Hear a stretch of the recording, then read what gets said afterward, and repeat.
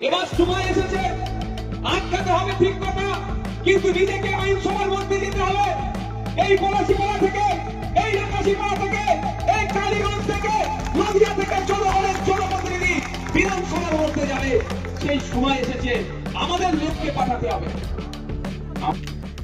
বিধায়ক নওশাদ সিদ্দিকীর পলাশিপাড়ার বক্তৃতায় বৈষম্য ও দুর্নীতির প্রতিবাদী বার্তা। রাজনৈতিক বৈষম্য ও ওয়াকফ আইন।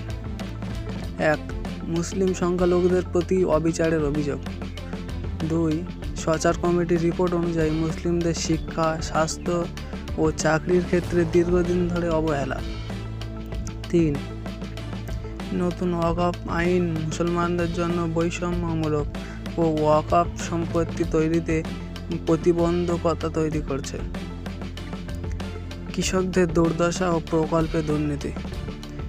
1. পশ্চিমবঙ্গের কৃষকরা মাসে মাত্র 7,000 থেকে 8,000 টাকা আয় করতে পারেন।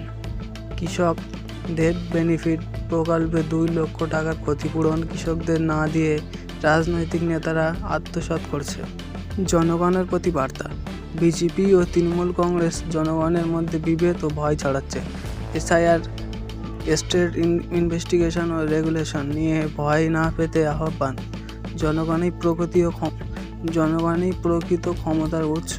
সচেতন ও শিক্ষিত হয়ে সঠিক নেতা বেছে নেওয়ার ডাক।